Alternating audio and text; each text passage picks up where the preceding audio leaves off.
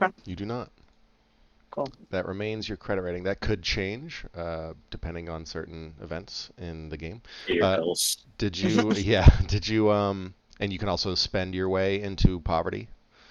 So, good. where would you like to? Where's your home that you wanted? And you can click and hold, and that will ping. I click and hold, and it's like doing a dragon box. I don't. Just click and hold in one spot. The left.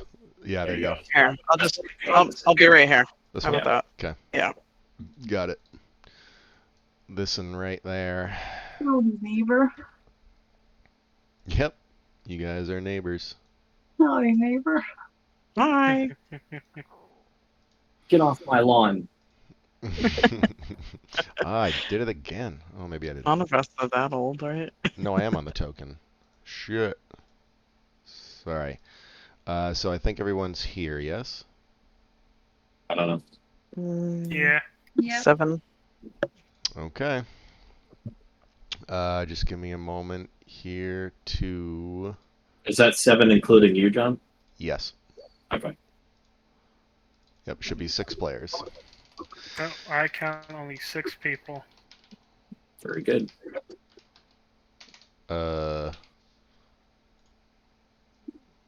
Okay. Here we go. That's actually supposed to be home. I could say flat. Everyone's flat. But we're not going to do that.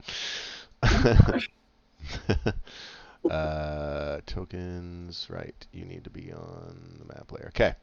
We're good. All right. We're recording. Yes, sir. We have the stream going.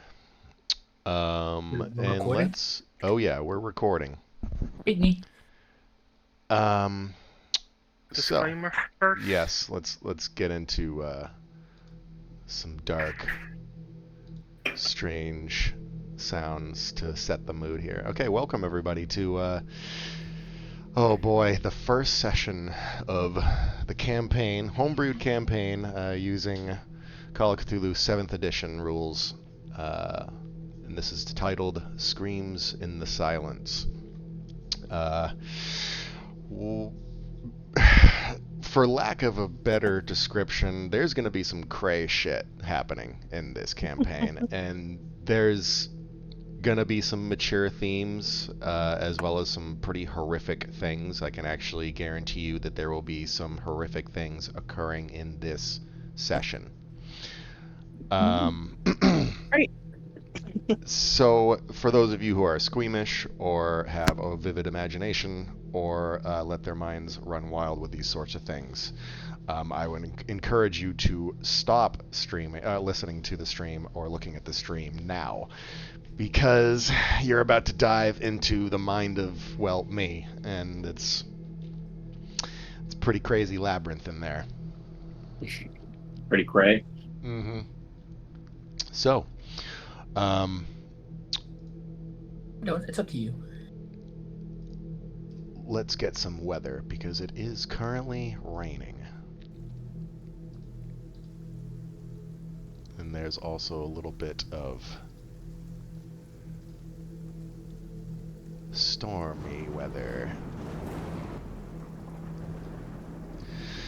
The idyllic and secluded village of Overton is home to many strange things, and even stranger residents. Nestled in the rolling green hills and mounds of Wrexham County, Wales, Overton has changed much about itself over the centuries with the help of the elected officials of the town council and the vibrant and well-integrated community that supports the daily life within its borders. Despite everyone having differing opinions on what is best for the village of Overton, everyone can agree on one thing.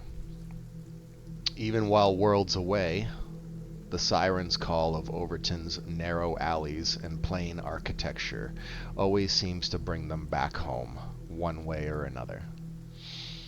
Life in Overton is relatively simple, and crime rates are comfortably low, save for the occasional shoplifter or juvenile delinquent. There we go. Sorry.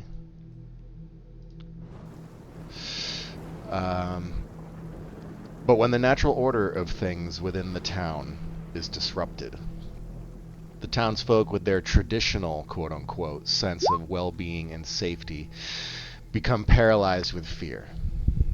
Doors get shuttered, fingers get pointed, words are spoken, and old wounds split open to fester once more.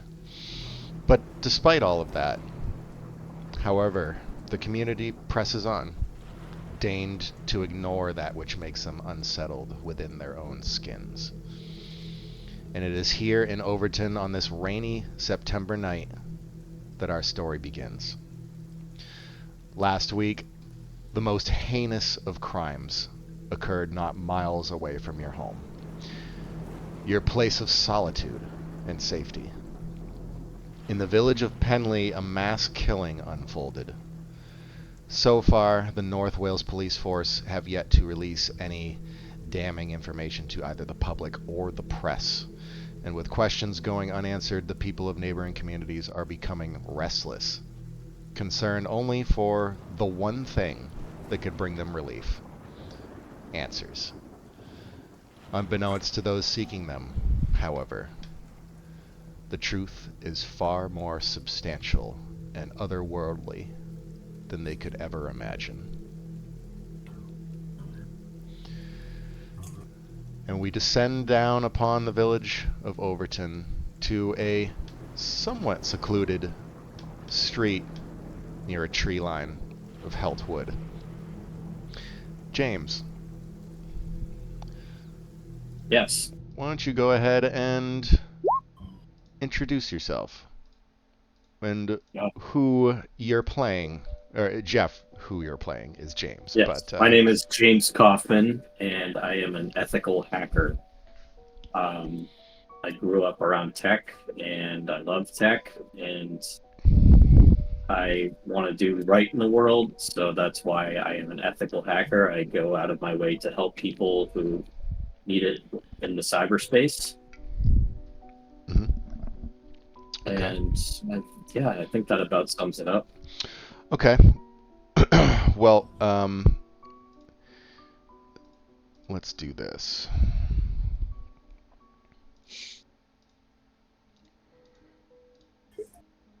So, you're at your home, and you're sitting quietly behind your computer screen, as you pretty much always are. And the hum of your computer, the fans, and the hard drives clicking and moving and whirring, it's your calm spot, your safe space. And growing a little weary with just staring at the computer screen all day, you take a moment and just kind of sit back and put your arms behind your head, look up at the ceiling, and your moment is interrupted by a knock at your door, your front door, that is. Okay. What do you do? Well, I stand up, probably do a small stretch because I've been sitting in my chair, and start walking downstairs and open the door. Yep. You head down from your office, down your narrow set of stairs, and you hear another knock at the door, just a little bit harder this time. I'm gonna peer out the side, or peer through the. Is there a peer hole in the door? Yeah, they have peepholes. I will. Okay. It's kind of dark out, and you do have a light switch that can turn on your outside light. Okay, so I'll turn my light on and then peer out the peephole. Yep. You see a somewhat average height and size gentleman he's got this hat on. He's also got a slicker, like a raincoat on, and he seems to be carrying a around the shoulder satchel. Looks to be maybe like a courier. Okay. He does seem to have a badge. All right, I will open the door. James Kaufman. Yes? Hi, how can I help you? Package for you. And he Thank you. reaches into his satchel and pulls out a somewhat small envelope. It's one of those padded interior shipping envelopes that you can just kind of throw whatever you want in and just ship it out. Okay. And he hands it to you. He says, "Have a good day," and he You walks too. off. And you close the door and head back up to your office, and you're kind of looking at the envelope as you do so. You're noticing that there's no return address. Okay. However, it has gone through just this single courier service. What's the name of the courier service? Let's go ahead and just call it snail mail. No. Sounds good. Just for the sake, it's not going to matter after this session, but Oh, maybe okay. it will unless you make it. So we'll figure it out. Let's just put that in here. All right. Snail mail. Let's open up the package now. Okay. It is addressed to you specifically. It has your address. The post is paid, and you open it up as you sit down at your desk behind your computer screen, and whatever's inside is small and light, and you reach your hand in and you feel something rectangular, and you pull it out, and it looks like a flash drive. Okay. There's also a note wrapped around it, or rather with it, I should say. Okay. I'd like to read the note then. Okay. It is one sentence, 3 words, watch it alone. And then it says, a friend, as the postscript. Okay. All right. So I will plug in the USB drive into my computer. Okay.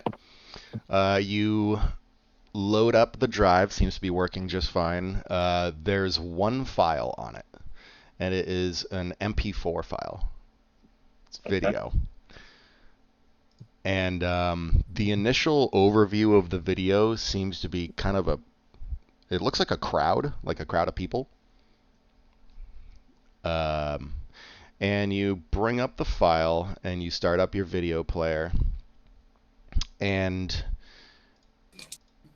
it appears to be an overhead view of a crowded street. You can see people moving about.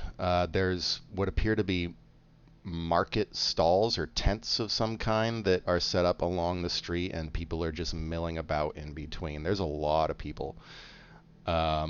You count, I don't know, if you were to sit there, you would take an educated guess at maybe a couple hundred. And this video seems to have a timestamp at the bottom left, and the video is also very blurry and kind of grainy, which leads you to believe that this is a direct feed. This is a direct feed recording from a closed circuit TV. And it appears. Why don't you go ahead and roll me the first roll of the game? And I guess, let's see. Let me just look at your thing real quick here. Yeah, just roll me an intelligence. All right. How do I roll again? Is it? You just click the word intelligence under your characteristics. Oh, okay.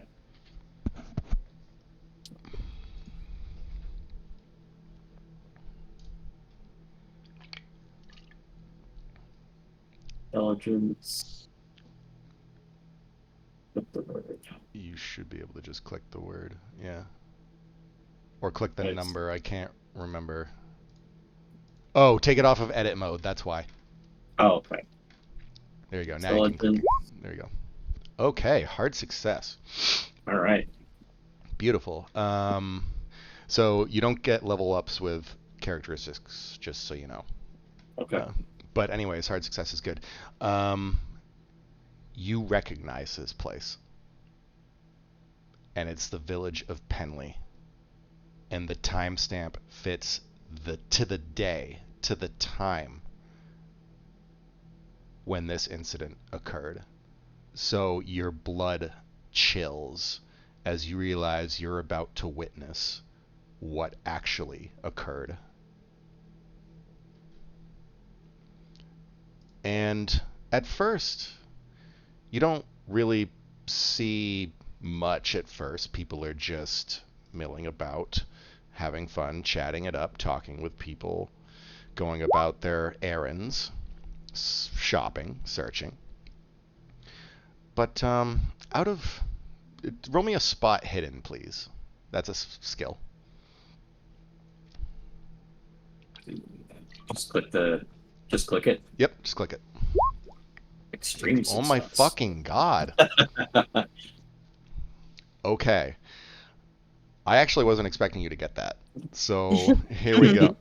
What's gonna happen is you notice that amongst the crowd there seems to be one person that isn't moving at all.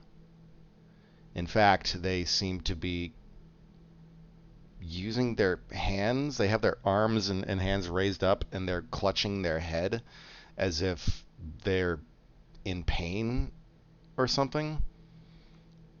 But then, so doesn't the person next to him. And then another. And then another. They all begin to clutch their heads in pain. The first one grabs the man next to him, throws him to the ground, grabs a loose brick, it looks like, that's used to prop up a stall right next to him, and he proceeds to beat the man's head in with the brick. You can't see much, but it is happening. And then one by one, more and more people join in on the carnage. One man ends up taking a few young children and drowning them in a vat of water. There's also what appears to be some evisceration going on. There's a butcher's stall with fresh meat, and he has come out of his stall and proceeds to slice people to and fro. He ends up even cutting some open. And then others begin to attack him and even start to use some of the entrails from his recent victim to strangle people behind, next to, in front of them. It is an absolute scene of carnage. And I want you to roll a sanity check for me. Okay. A man is set on fire. Failure. Shit. You see just the most brutal and bloody experience you've ever seen in your life. So you're going to roll me a D3, please. Or, sorry, a D4. How do I do that again? Just do / roll and then space and then 1d4. Can I ask a question, even if I'm not in the scene? Yep. It's like my luck's run out. So, are children also murdering, or is it just the adults? Children actually are ganging up on adults and killing them. It's if I could, I can't go through everything that's occurring because it would just be too much. I would rot your brains with what's actually unfolding before your eyes. I just wanted to know if the children were affected as well. Oh, yes, they were. Yes. Some are killed by adults. Some actually gang up and kill adults. There's stabbings, there's stranglings, there's chokings. You see one guy taking a bottle of wine and shoving it literally down someone's throat. So there's... Anyways. So your sanity check fails. You roll the one that... You're going to reduce your sanity by 1, please, sir. You're going to go down to... edit mode, right? Yep, you're going to go down to 44 out of 45. Yep. Okay. So after just witnessing even a fraction of what's truly on the length of this recording, which seems to be about a good 30 seconds to no, actually it's a minute and 3 seconds.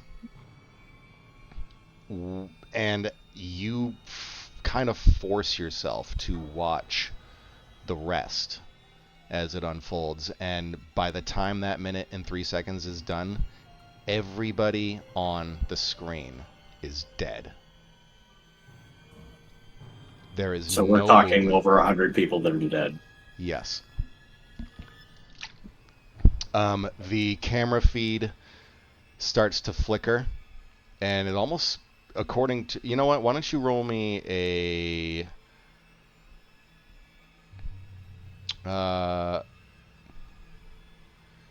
is computer use? Yeah. Roll me a computer use.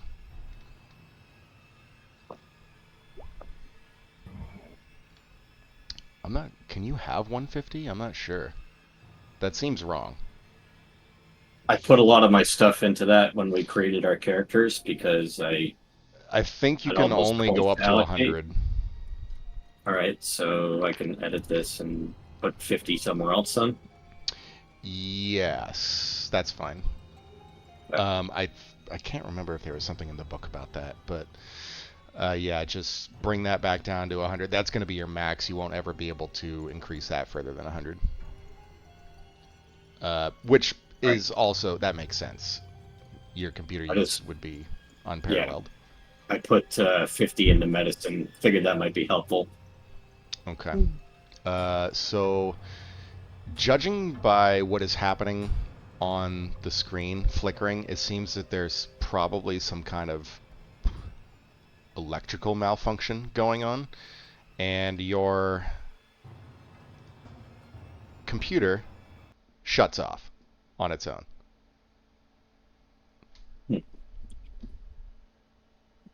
And your monitor goes blank, black screen, and... Was the power out? No, it seems your other lights are still working. Your computer has shut down, yeah. Alright. Can I turn it back on or no? You're pressing the button. It doesn't seem to be working. Okay. All of that has really sent you for a loop. I'm gonna hide in the closet. You are questioning whether or not it's actually real, or what if it actually was the true recording of what happened in Penley, then you are holding on to a substantial piece of evidence. Yes. And you kind of retire yourself to feeling a little bit weary of the day's events, and you decide that maybe a pint at the White Horse Inn will help calm your nerves. In fact, you're pretty sure your friends are going to be there anytime now. Okay.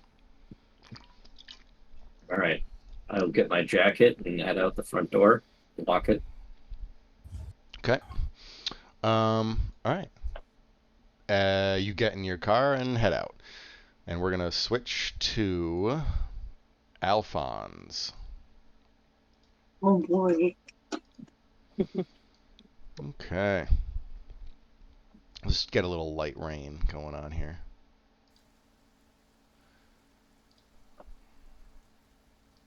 It's all happening outside. Alphonse, your day's been, I mean, pretty hectic. There's a lot of people bringing in their animals lately. at the D Valley Veterinary Clinic. You work there as a tech with one of the actual doctors there. And you personally have noticed a strange uptick in the amount of animals being brought in. You didn't quite notice it at first, but this particular day has been hectic. And all of them seem to be complaining about the same thing. That their pets seem to be anxious, kind of energetic and prone to weird bouts of sporadic behavior.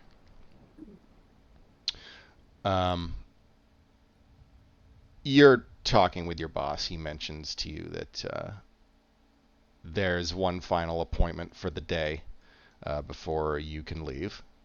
And you know that it's just about that time anyways for anyone else to, proceed with their problems with their pets and kind of come in at this point. And then afterwards, you are meeting your friends at the pub to get a pint.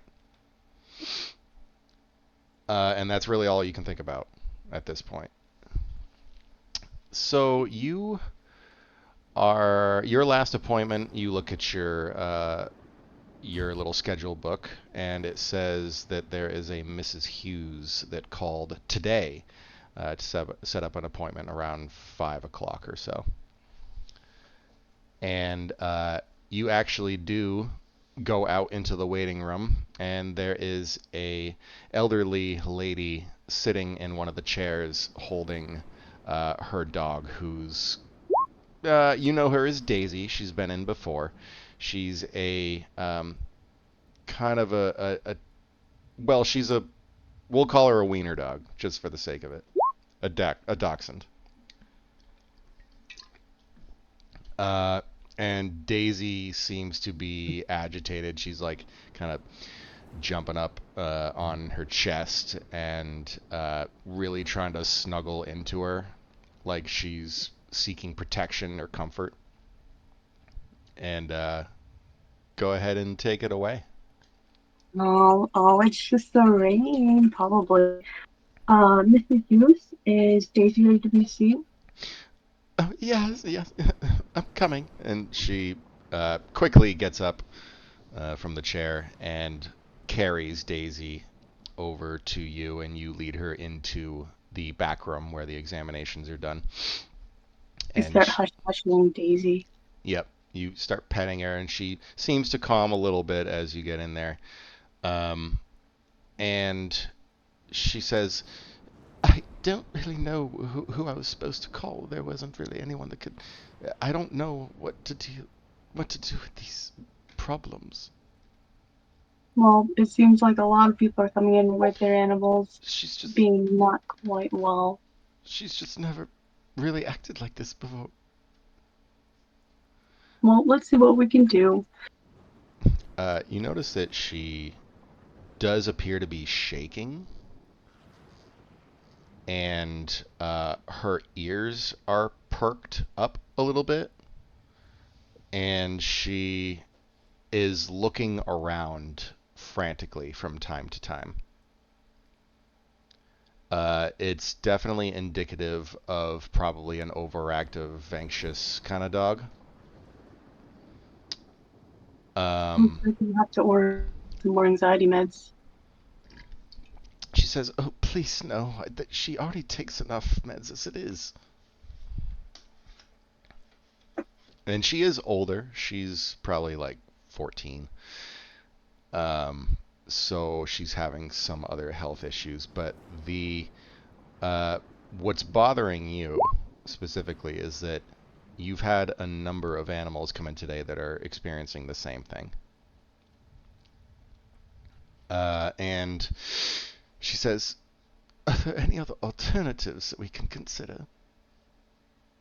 And she just kind of pleadingly looks at you, like those glossy eyes, like she's worried. I mean, we are rather booked, but we can try to take them in for the night. Oh, Well, I don't know. I feel like she'd be more anxious without me beside her. Darling, she just pets Daisy and she kind of jumps a little bit at the touch. And you can't tell if it's a fear of what's going on outside for like the weather, because you know that dogs are usually pretty sensitive to like loud noises and stuff like that. Um, or if she's just experiencing a bout of anxiety, or she's getting into that phase of life where, she doesn't want to be without any physical contact. Um, so she says, well, there's not much I can really afford as far as medication goes, so if there's anything else, if you want to keep her overnight and just monitor her, I would appreciate it. And you acknowledge, and she gives Daisy a hug, and you go to get a leash that you would clip onto her collar, which is procedure, pretty much. If they're staying the night, they need to be led into their holding. And as you're about to go to clip on the leash to her collar, you see very quickly her ears perk up, and she just goes, and she jumps very quickly off of the table. Like, you didn't think that this was possible for a dog to do this at her age, but she very quickly does it, and the door was open, and Oh, she starts running, and she makes it out to the waiting room, and it just so happens that the previous appointment is now just leaving after paying, and she opens the door, and Daisy just runs out. all right. I think I'm gonna book it after Daisy because that old lady's not gonna catch her.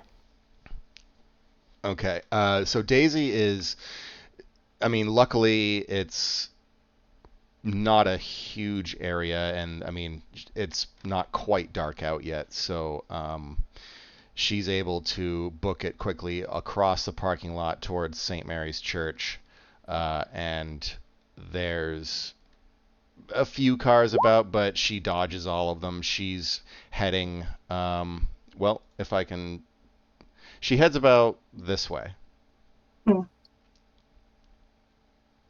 kind of that way.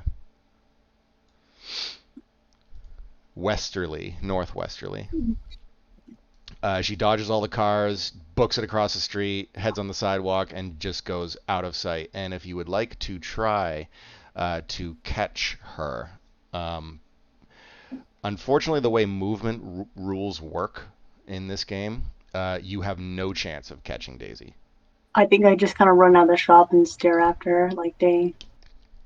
Yes. So for those of you first playing this game, movement rules, depending on what your movement rating is. For example, if yours is 3 and the other is 2, there's no way the 2 is going to catch the 3.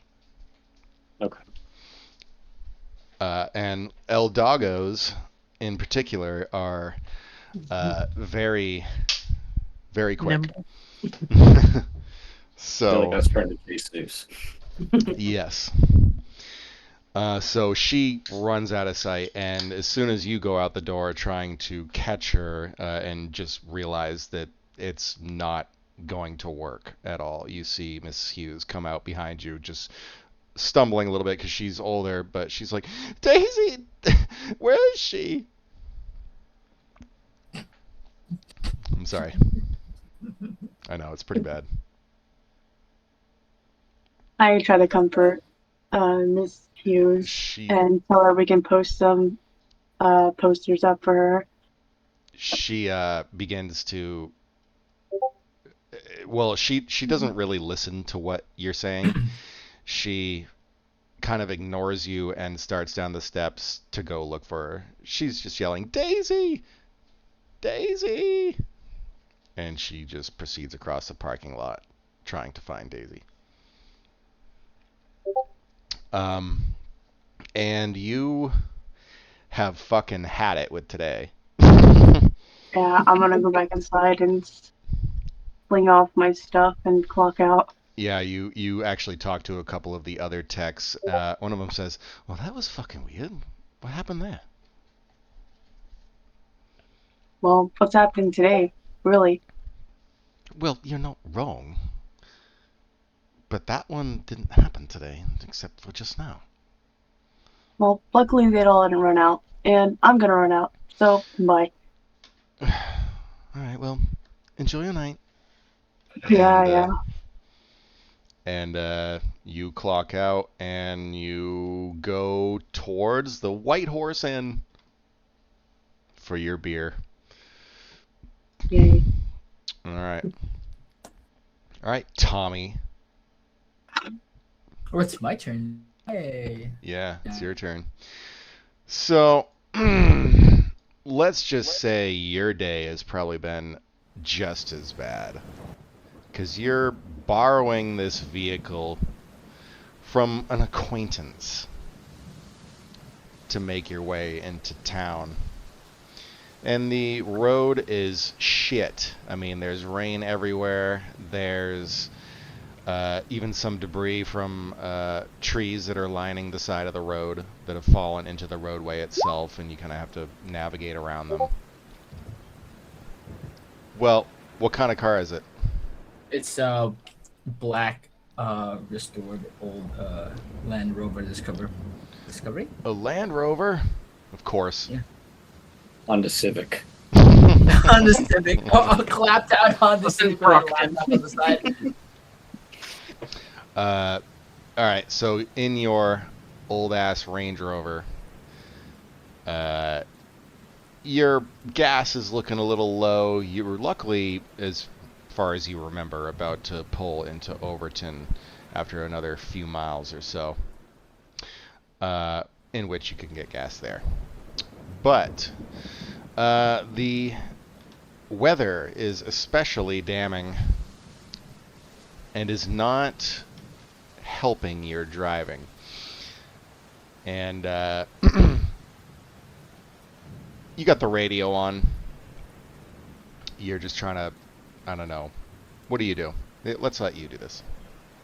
I got some music going on. I got the tunes on. Like as this starts getting like harder to drive, I just turn it down. I gotta know, what kind of tunes? German techno. German techno. I like it. Pumping really loud? Like No. He's turned it down at this point because he has to concentrate on the road and not fucking like spin out and die on some cliff. So you turn the music down and like you turn your windshield wipers on full blast, and it's barely keeping all of the rain off your windshield, just enough for you to even see anything. Let's see. Roll me a luck roll. Can I roll drive auto? Perhaps, but just roll me that luck roll. Okay. Because this might even go into that. Oh my god! Okay. Barely. So, this is a good opportunity for me to explain to you how certain rolls are going to work. So, whenever I call for a luck roll, there could be something happening. Or you could be trying to initiate something and you're not sure the success, and it doesn't technically fall under any of the other skills, or it doesn't really pertain to anything you're trying to do. It's just some sort of like, hey, you know, the DM wants you to roll a luck roll and whatever happens, happens kind of thing. So this roll is not technically going to pertain to what's about to happen, but it will play into your driving. So, Tommy, you are progressing not particularly swiftly. In fact, you're slowing down, and you're trying not to run yourself off the side of the road.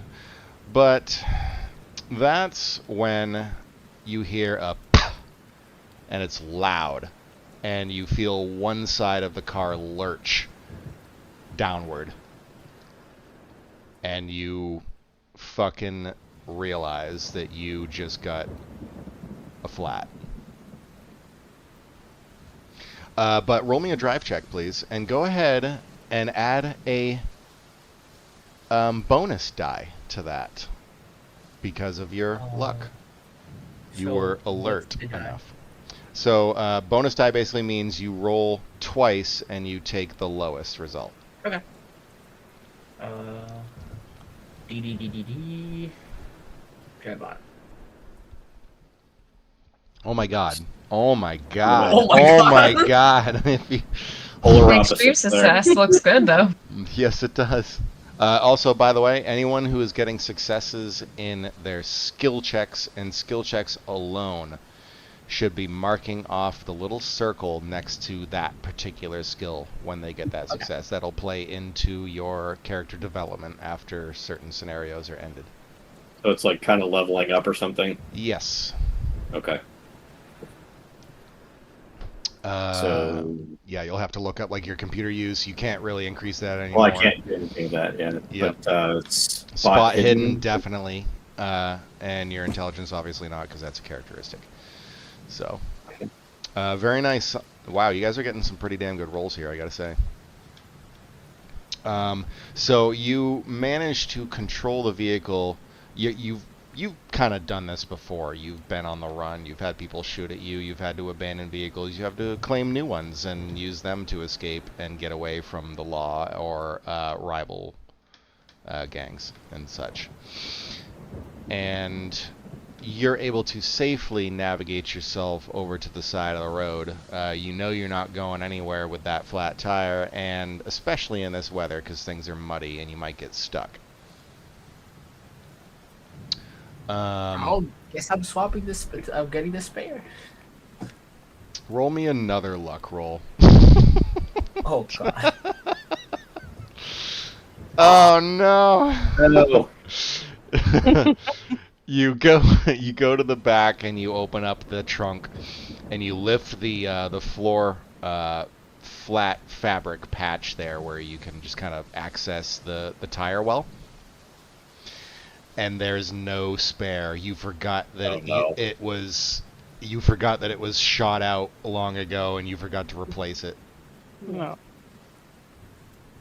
I think it'll probably be in the back, but you're probably right. I like, oh, let me put on the spare. It's got a massive gaping hole. Oh, the like, Range Rover, yeah, it would be on the back of the actual hatch itself. Yeah. You're right. Okay, So, yeah, like- you don't have it. So it's like, oh, Shit. shite. But It's always this fucking town. So you kind of resolve yourself to possibly. Well, what do you do? How far am I from Overton? You're approximately 2 or so miles, which isn't far.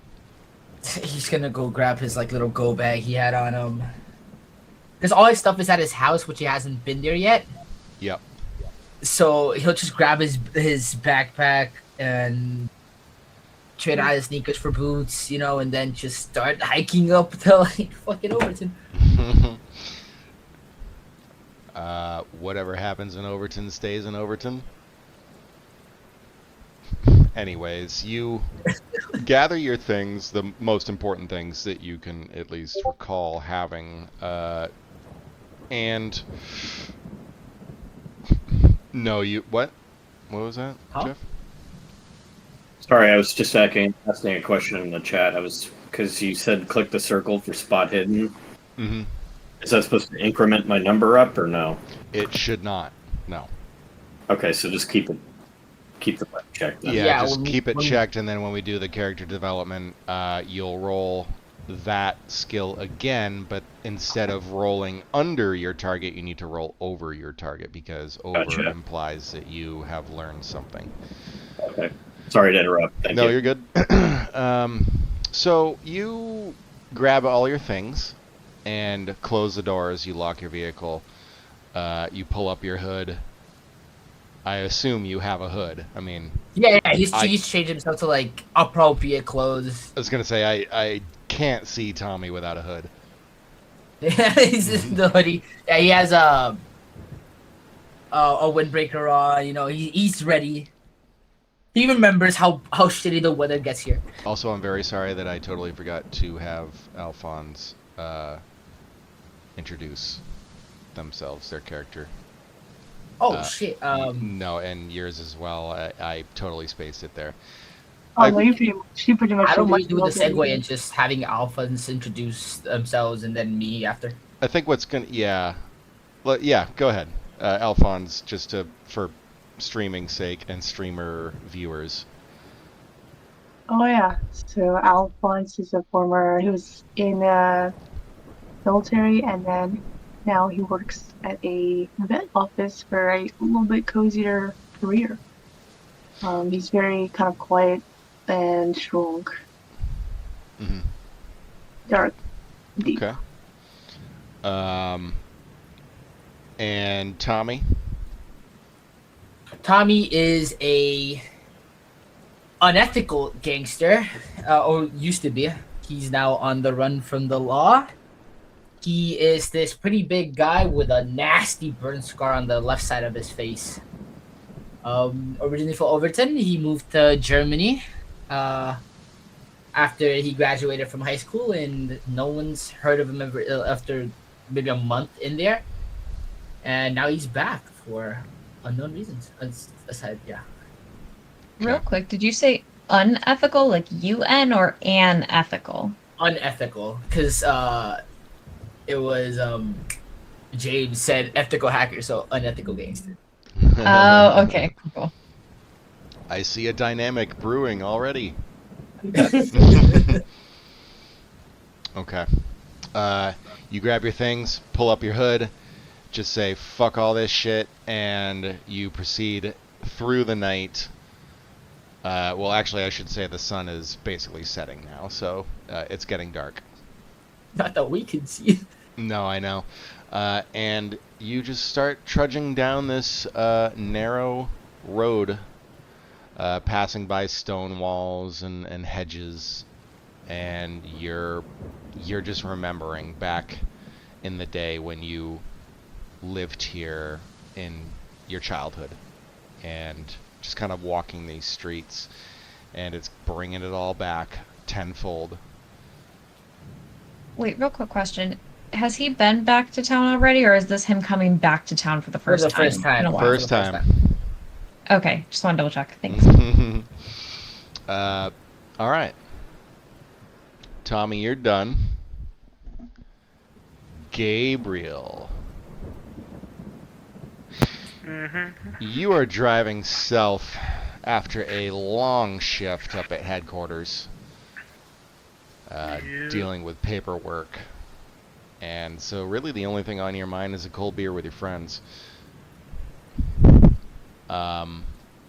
You find yourself probably within several miles of the borders of Overton.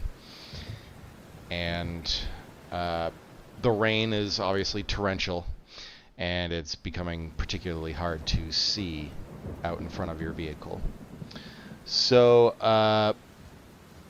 what I want you to do is roll me a drive, because, well, certain things are about to happen.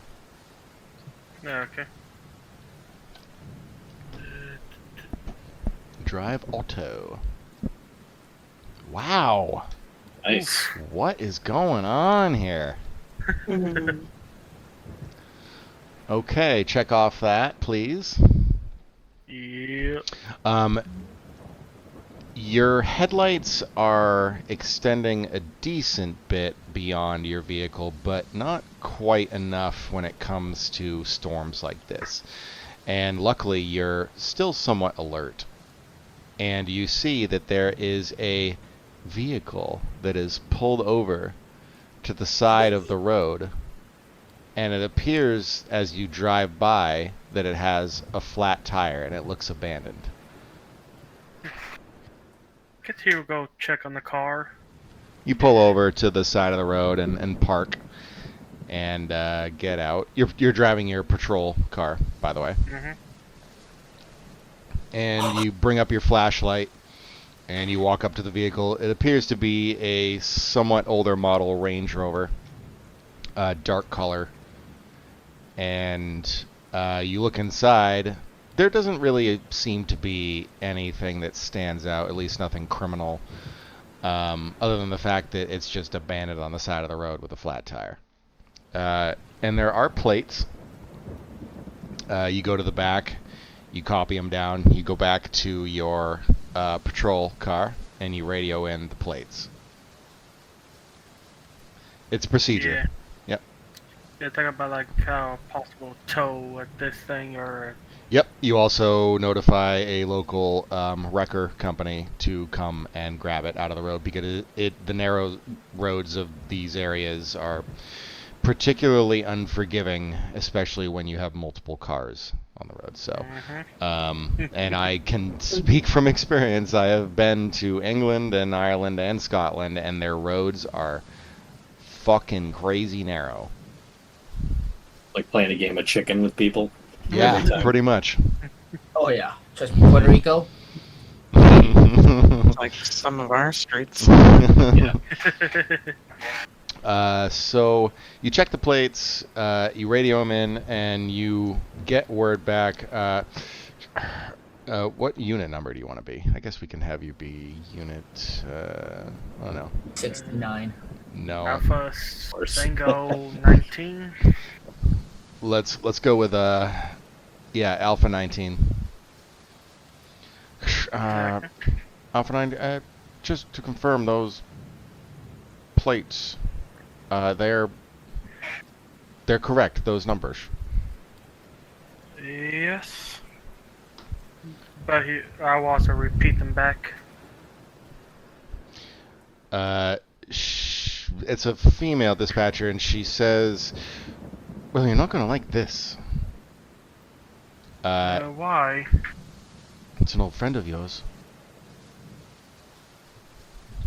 Really? Tommy Thorpe. Do I know what he has gotten into back then, or? I think what happened was he just kind of dropped off the face of the earth and went and did his own thing, and you had no idea at all what happened to him. Okay. And after this, jeez, I suck again because I didn't have you describe your own character either. There's too many things jumbling around in my head. You just sit back to this special. Well, I'm actually kind of glad to hear that. Got a chance to meet an old friend. And could maybe you'll tell me why he left so suddenly back then. Oh, I could probably guess the reasons. You just hear a simple reply that says, "Well, good for you. Dispatch out." Thank you. And you go back to your thoughts, and it's apparent that, well, you're not really sure exactly when this was abandoned, but you have a hunch.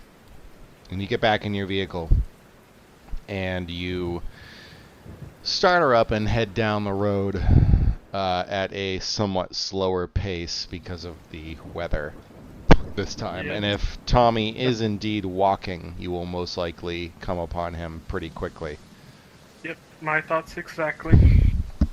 And go ahead and roll a spot hidden for me, please. Yeah, okay.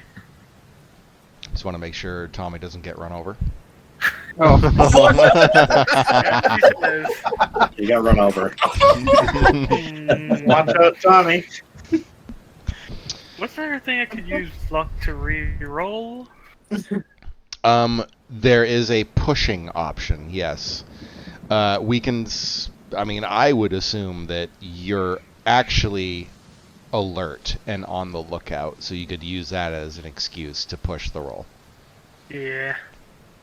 But you realize if you fail this, consequences. How does pushing a roll work? So you can say, if you fail a roll, you can say, "Oh, I'm going to push it," and then I'll ask you what you're doing to push the roll. What is your character doing? Like, for example, if you're trying to, I don't know, hold a door closed when someone's trying to force it open, you would simply say, "Oh, I'm planting my foot at an angle where it's hard to move it, and one in front of the door too." It's kind of circumventing a failure, but also putting yourself up for even more failure if the roll does not go according to plan. It's a gamble. I will say it is a huge gamble. Yeah. Especially because we are not playing Pulp Cthulhu this time. We're playing normal Cthulhu. Yep, if I push it, there's a chance I probably will hit you. But I say live life on the edge, so...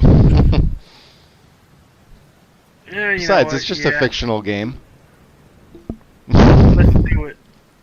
Oh my god, Gonna here we go. push. Please get something good here. Come on. No! Oh my god! Even worse.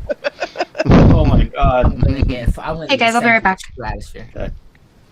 Okay. Well, there's other ways to do this. So, even on a failed push, we'll do this. Gabriel, with your suave-looking self. Yeah. Actually, go ahead and describe yourself now, only because I missed you. Oh, I'm just a tall, well-built, well-built man. Got some blonde hair. Really worked as a police officer for a good long while so far. Mm-hmm. Like a good boy. Wants to be the It's a best good he old can boy. be. You're a Boy Scout. Basically, yeah. Wants to be the best he can for the people around him, both his loved ones and the people he serves. Be all that you can be. Yep. Alright. So, let's say that the rain patters down so hard and so frequently on your windshield that your windshield wipers are just not helping at all.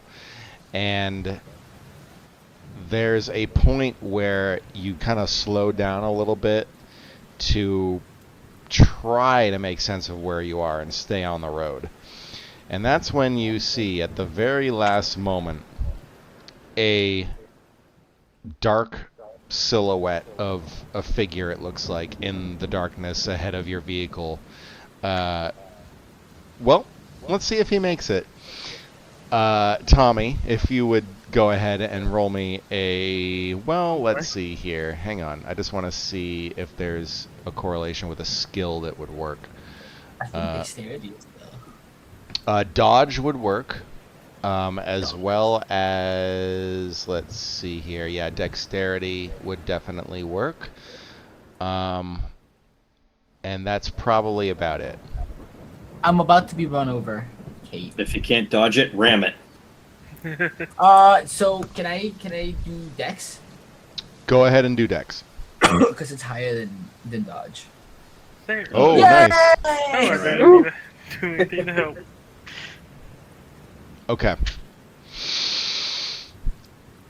Tommy, you see, I mean, it's tough at first because the rain is just so loud and the thunder is so loud that it's almost a split-second reaction, like a momentary reflex that causes you to dart to the side. As soon as you see a slight bit of headlight breaking through the darkness behind you, you're like, oh shit!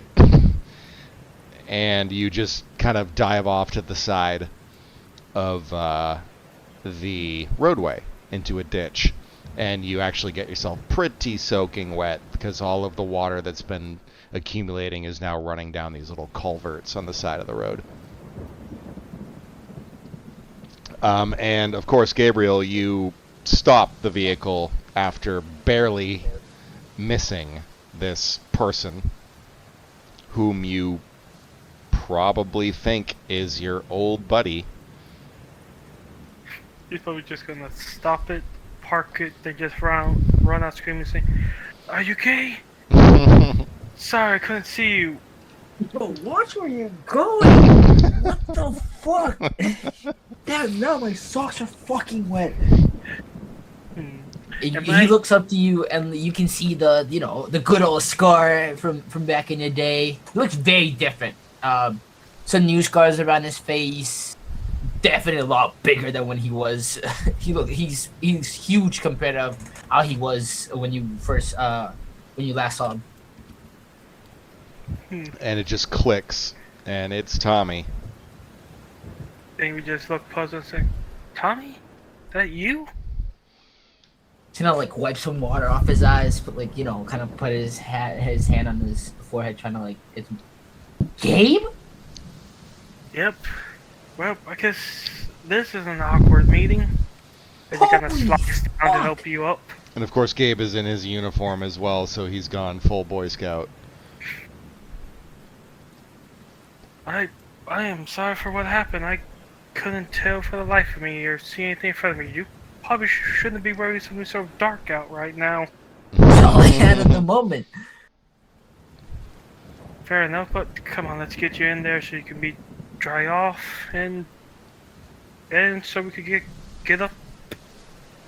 He's gonna. So we can thanks, stay dry and and catch up. Yeah, he'll take your hand. Oh, he's not getting a look at your uniform. Oh yeah, he's probably looking. There's no way you a cop. Yep. You can tell he does have some muscle. He is a lot bigger than he was before. And you're just actually now realizing just not the rift, that's the wrong word, but the wide berth that your personalities have given you over the course of the years, and that there's so much you don't know about each other yet, and that you've clearly gone separate paths.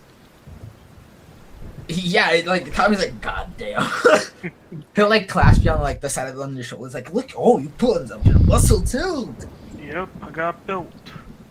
So I have to ask one question. Was that your car back down there?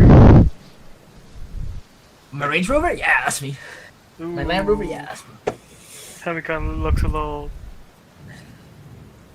I was a little worried as he's walking through. I say, I might have just gotten that towed. Sorry. It's okay. It's okay. I can.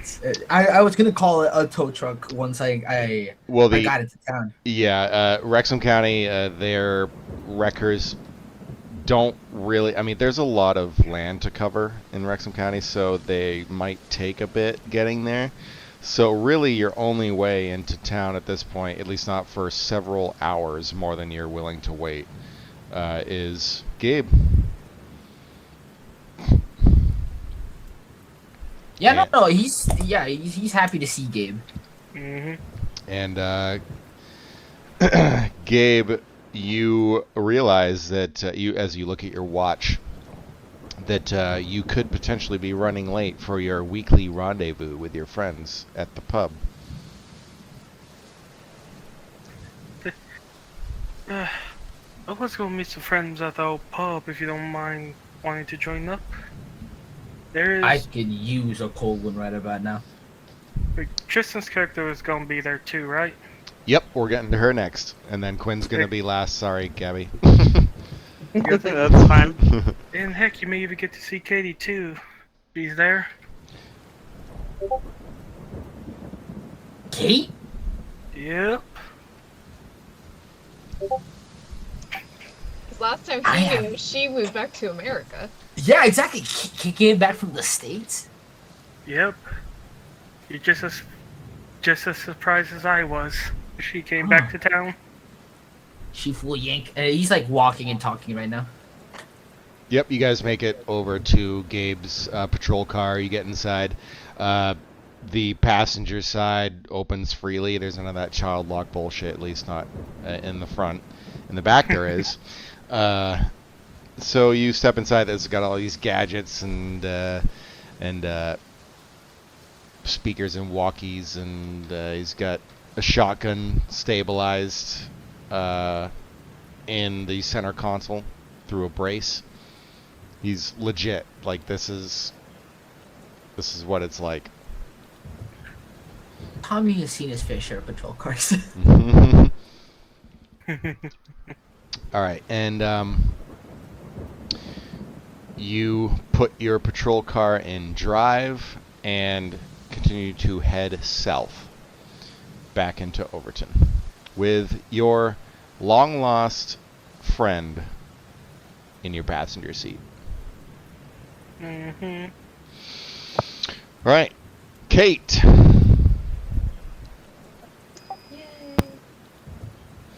You are actually already at the pub.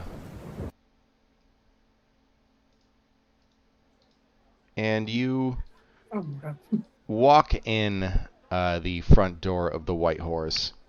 You've just had your own personal, really long day. There seems to be on your docket a number of instances that are actually kind of disturbing you, a little bit reminiscent of your brother's murder. Kind of just like savage and brutal, so it's kind of weighing on you personally.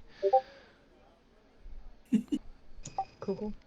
Yes, sorry, I am playing background crowd voice music, so if you Caught me off guard. you're, Just threw me off. I'm like, what happened? you're not hearing I thought voices, I you're not disconnected. crazy. Okay, thank you. Just wasn't sure if Cthulhu I had was gotten looking me out that. my window. So, as you walk in the front door of the pub, Kate, you notice that it's actually kind of busy tonight. Lots of townsfolk are seemingly trying to drink away their life's troubles, as is the norm around here. And you take your usual spot, a corner table, round. One side of the table has a built-in sort of bench area that is next to a window. So that's always been your spot. And for the past couple years or so, you have been meeting your school friends and school acquaintances in this very table for pretty much every week. And that also includes Aaron. And in fact, as soon as you sit down, you hear the door open, the front door, and there's a little bell that goes off, and in walks Aaron. And he's looking around, and as soon as he notices you, he he comes over to you and takes his wallet out of his pocket and his keys, places them on the table. He says, "Hey Kate, I'll just gonna order a drink. I'll be right back."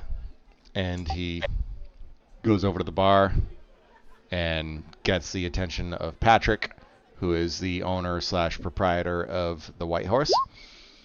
She kind of shouts over to the as he's ordering and be like, "He's paying for mine too." Patrick gives kind of like this little sly smile, looks at Aaron, and Aaron looks back at you, and he's like, "All right then, just all right, don't go crazy." And Patrick gets him a beer, and he grabs the handle of the mug, which is pretty substantial. It's a pint mug, so it's a hefty fucker. And he walks over to the table, sits down next to you in the booth.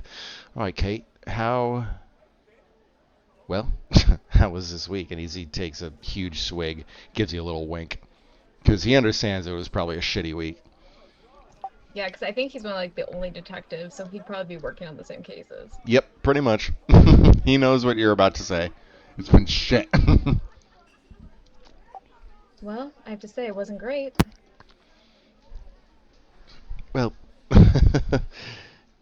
you do have a job to do, you know. There's no avoiding it, really. Well, what do you think I've been doing all day? Oh, I don't know. Prancing about on TikTok. The usual social media bullshit jargon. And have you ever known me to not work? I'd be a fool to say you didn't. He takes a big swig. So, what about our friends? Where are they at? That's the other people, right? Yep. They all kind of join you basically around this time every end of the week. Well, I think Alfonso's still at the vet office, and Gabriel is probably on his way back now, and I'm not exactly sure where sorry, James, where James is. Yeah. All right then. Well, cheers. Cheers to another week down. And he kind of slams the bottom of the mug on the table and raises it up and clinks your glass. Takes a swig. Let's go. He says, after taking a really large drink, like you can see a quarter of the beer is already gone. He says, Tough day for you too?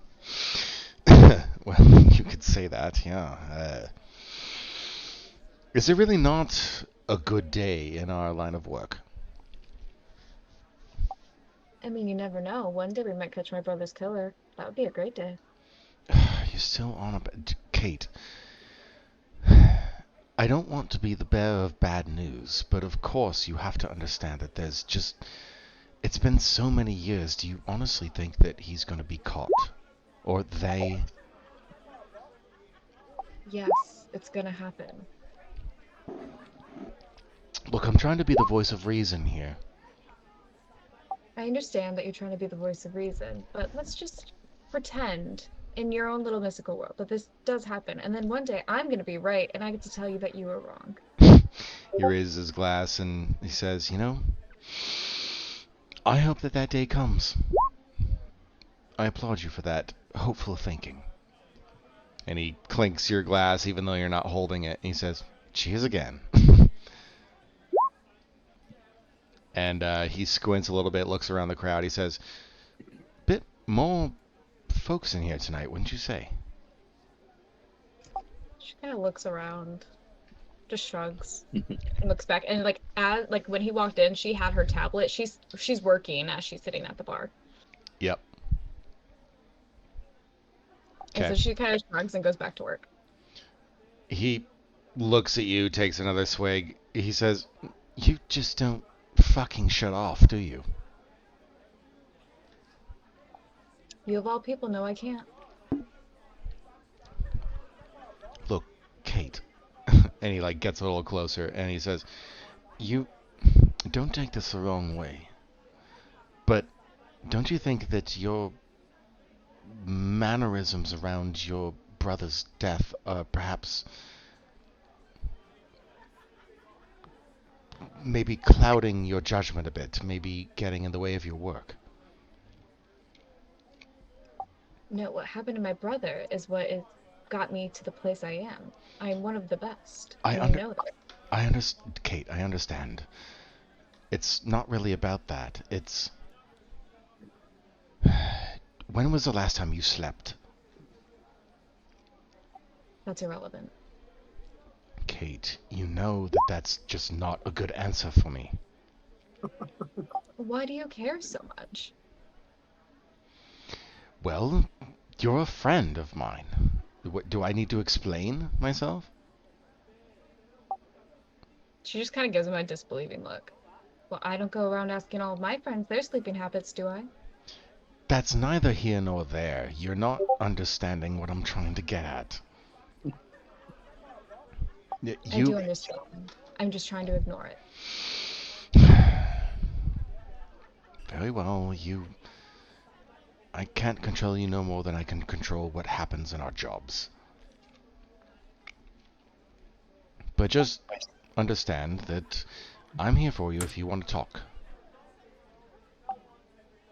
Understood. And he just kind of like eyes you as you continue working away. He takes a swig of his ale. And you hear the front door open, and this little gust of air blows in, and you hear briefly for a moment the rain and the thunder clap. Should I introduce my character? Sorry, what? Should I be introducing Yes, my sorry. character? See, Danny, I the suck. first thing you need to do is introduce your character. Sorry. I'll just interrupt John. Kate is a tall, pretty young woman of like 28-ish, with red hair.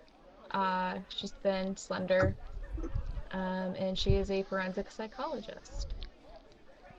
I think that was all I needed Dabbles, to cover, right? dabbles in crimes. Just a little bit. So yes, you see and hear the front door open of the inn, and kind of not trouncing through, but kind of stumbling through, is a young, ish, I should say, kind of thinly dressed, well, we'll call him a pretty boy. A fuck boy, if you want to get technical.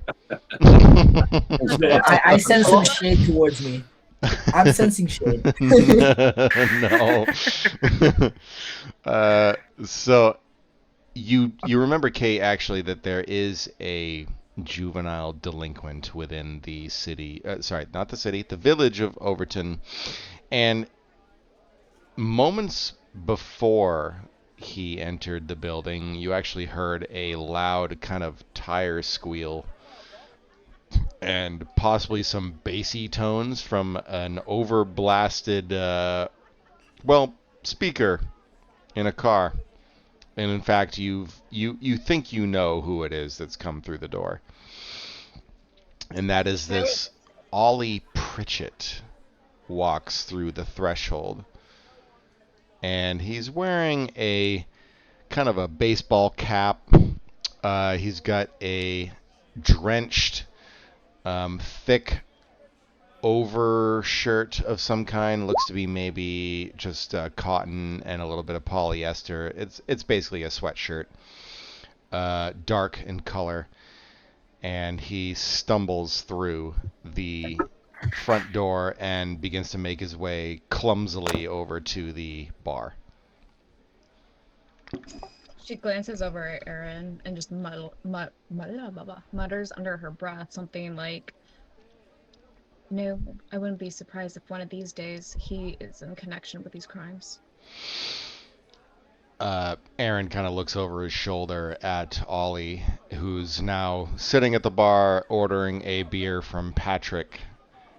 Patrick seems a little agitated because you think you know Patrick to a degree that others don't, because you're kind of a psychologist. You understand what people's body language speaks and what their sort of emotions convey. And you can tell that Patrick is very off-put and not really wanting to be in this scenario because he seems to know Ollie. Everyone in this pub seems to know Ollie. And you hear Ollie basically bark at Patrick that he wants a pint of lager. A pint of lager, please. It's from fucking Hot Fuzz. Pint of lager, please, Mary. Oh, I'm pretty like he's probably drinking an IPA too. So Aaron just looks over his shoulder at Ollie and then back at you, Kate, and he just says, "Well, there's no accounting for taste, is there?" She smirks at him. And he continues to kind of like keep an eye on Ollie. And throughout the next 10 to 15 minutes or so, Ollie seems to be very combative, especially with Patrick, who, I mean, he downs his pint in a matter of 5 to 10 minutes. And need I remind you that anyone who has had an actual quote-unquote pint in the UK, it's a big beer. And he starts to slur his words a bit and be like, "Well, you fucking Patrick, just give me another one." She kind of she decides to get up and walk. And Aaron kind of like almost tries to grab it. He says, "Kate, don't do it." She ignores him. She always does. Okay. Truly, Aaron has his work cut out for her. Truly, or for him, like truly. It seems it. You're gonna make me play that guy again.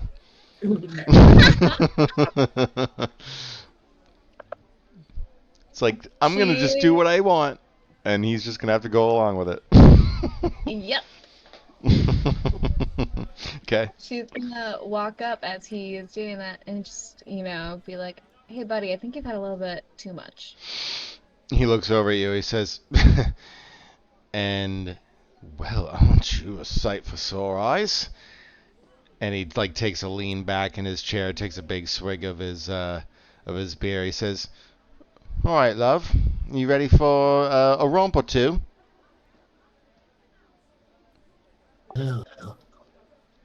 And Patrick already looks super pissed. Like he's ready to grab him by the throat and fucking throw him out. I would like. Do I have any? I don't know. Because what I would like to do is just psychoanalyze him to embarrass him and leave. Go ahead, psychoanalyze away. I like it.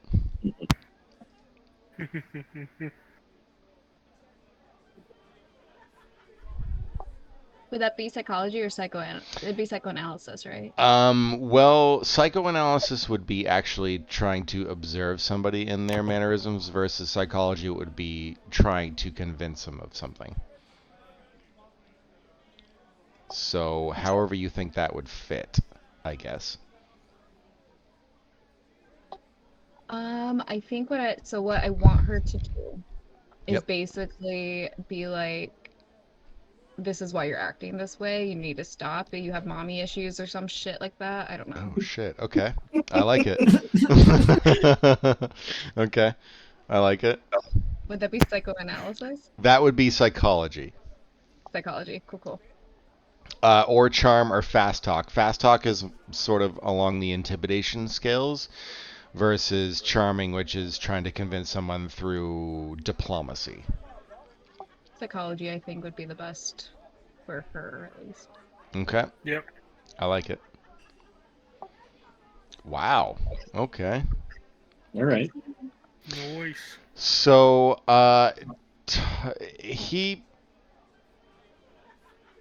he looks at you, takes a big swig of his beverage. He says, "All right, love, just stay your fangs. I'm just having this one beer and I'm gonna leave, if that's okay."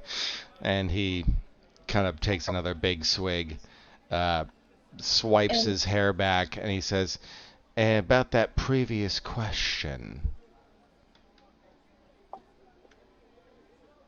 She's gonna look up, or before he even asked that, when he said, "Is that okay?" She would be looking up Patrick, the bartender's name, right? Patrick is, yeah, that's him. She would be looking up at Patrick and being like, "Is that okay with you?" He says, he looks at you and then back at Ollie and then back at you, and he says, as long as you're a paying customer, then there's nothing really that matters, does it? And he looks to Ollie, and Ollie says, all right. Talk about fucking forcing someone to do something they don't want to do. And he like reaches into his pocket and pulls out a few pound coins and places them on the counter. And Patrick picks them up. He says, all right. Seems we're squared away. This is your last beer and then you're leaving, she says before turning around and walking back to Aaron. Oh, and Ollie kind of... He gives you another look over, no offense, as DM to player, but he, obviously he's attracted to you. I mean, who wouldn't be, right? I mean, redheads are pretty awesome, you know. No bias or anything. And he just remains quiet and drinks his beer for now. Aaron says, as you sit back down, he says, well, you're really just... You're something else, I gotta say. I'm gonna take that as a compliment. And he says, didn't even need to go around flashing your badge either. Wait, does she have a badge? Yes, you do. Yeah, well, see, the thing is, you would have certain ordained privileges within certain agencies among law enforcement. So you would kind of have official access / badges for certain things because you're gifted in what you do. If that makes sense. Yeah. Okay. A badge doesn't matter to guys like that. What matters to them is their appearance and their image. And so if I ruin that image, he'll want to walk away. And Aaron just simply says, well, there's really no arguing with that. And he clinks your glass once more. And we're going to fade into the scene with Quinn. All right. Quinn. Yeah.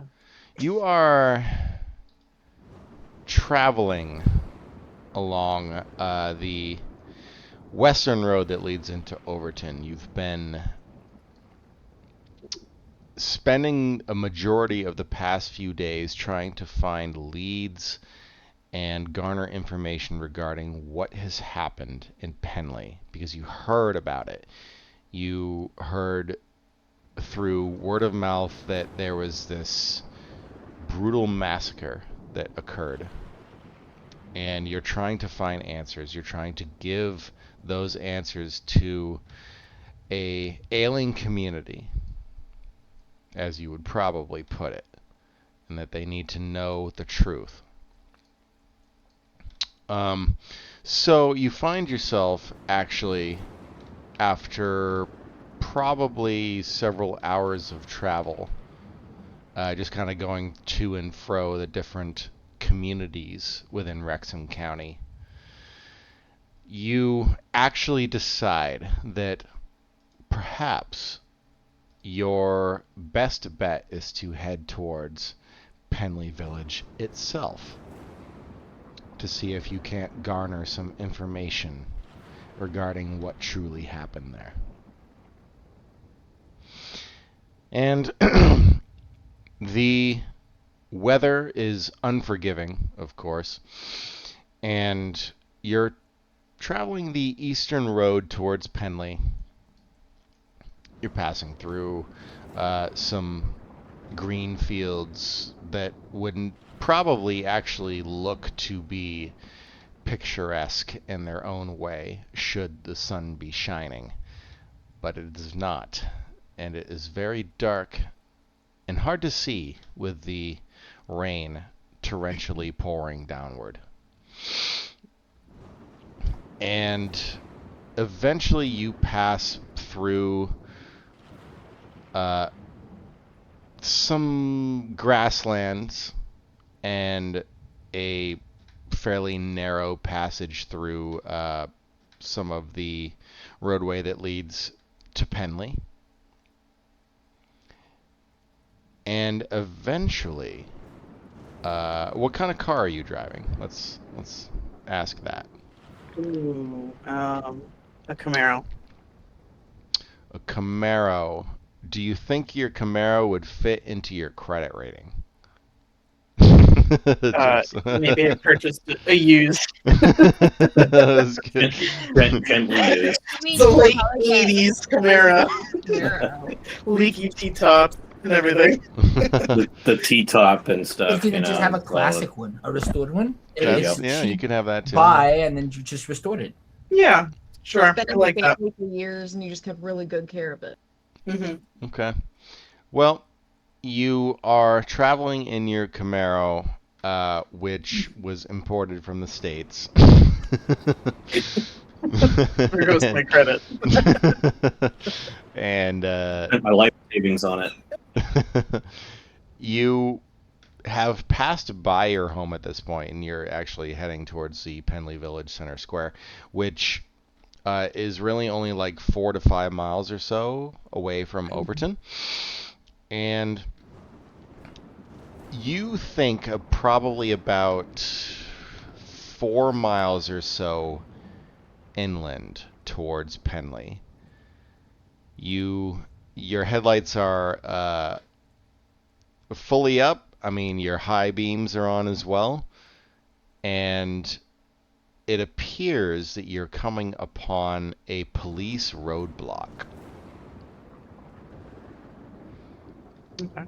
And there are some officers who are stationed next to the pylons and the sawhorses that are blocking your way into the village of Penley. And there is an officer that approaches your vehicle as you slow. And he kind of taps on your window with his mag light. And what do you do? I'm going to roll my window down Okay. and address the officer. What would you like to say? Hello, officer. Is it possible to get through? I'm on my way to Penley Village.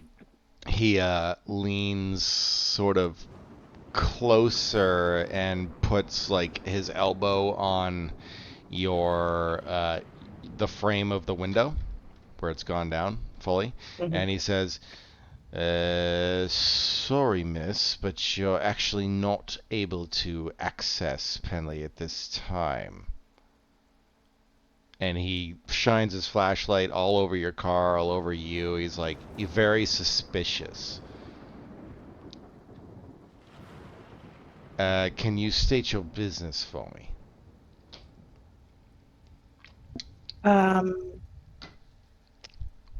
That's I a would good imagine question. you're probably trying to investigate what actually happened. But I probably don't want him to know that necessarily. Maybe not, but maybe so. It's up to you. Whatever you want to do. Yeah. You know what? I will be honest because he seems skeptical of my whereabouts. So I will tell the officer that I am an investigative reporter and I'm looking into any information or leads on the event that recently transpired. He says as he continues to shine the light basically directly in your face. He says, now another one of you trying to find out exactly what happened here, but I got to tell you, there's nothing much you can really learn from either me or any of the local officials. I'm not allowed to give you information. I have told this to many reporters, including yourself. Is there anything I can do to change your mind? He says, well, aside from killing all of us and breaking through the barricades, I don't think so. Damn it. And he looks suspicious. Like he said, he's very skeptical of what you just said, because technically what you just said is bribing an officer. Oh, good. That's not how I meant that, sir. Take it back, please. I take it back. I'm sorry. There's no bribery here. I was just looking to do my job and get the information out to the community as they deserve to know what's truly going on. You're a reporter, are you? Yeah? Yes, sir. Well, sorry to say, but there's just no way I can let you through. Can you recommend an alternate route? Yeah, back the way you came.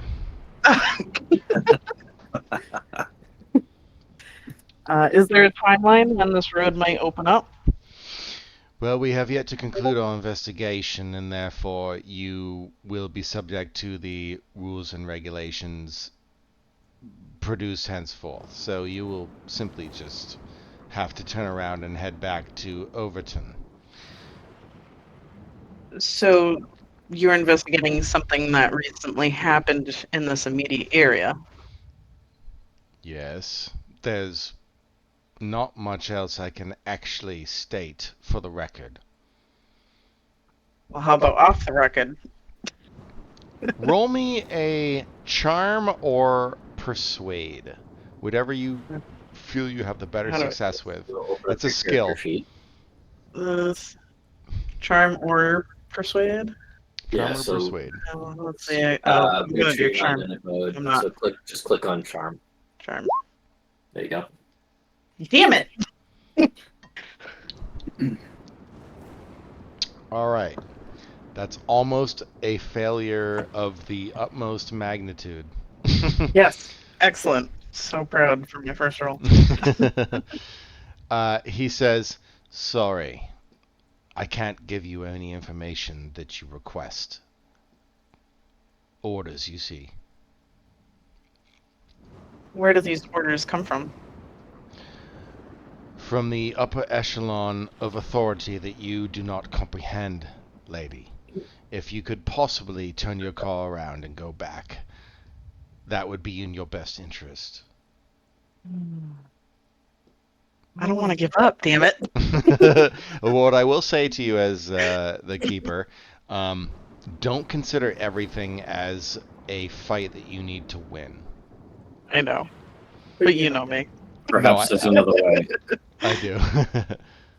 I do know you. So he simply says, all right, well, go on about your night, and of course, drive safe. Thank you very much, officer. And I turn my car around.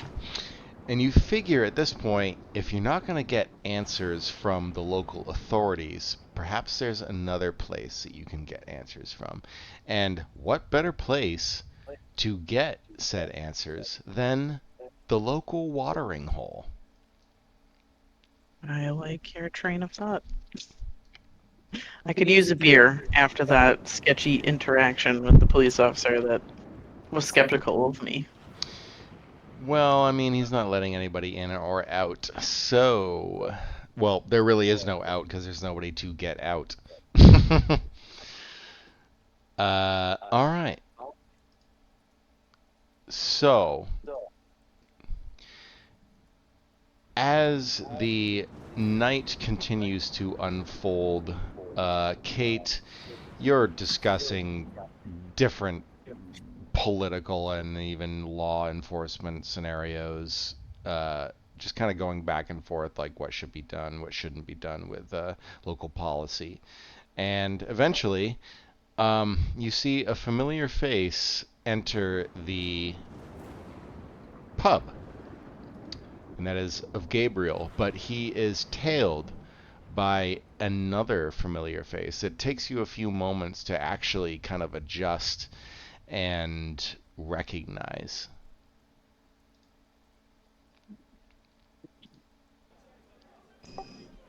She'd probably stop mid-sentence and be like, holy shit. Quick question. Has Kate, because she wasn't from this area, she's back in the States, has she maybe, because she was working in LA for years, did she hear about what was happening with him? Um, roll me an intelligence. Because I feel like someone who is of a higher echelon of intelligence would probably keep up with day-to-day things such as that.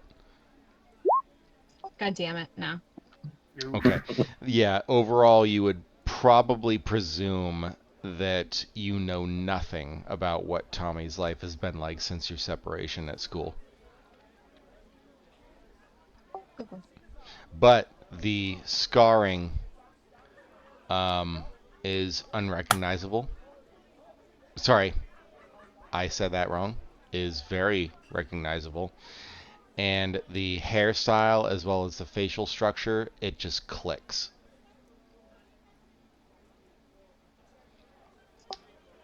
She's still just gonna be like, holy shit. Just because she hasn't seen him in a long time.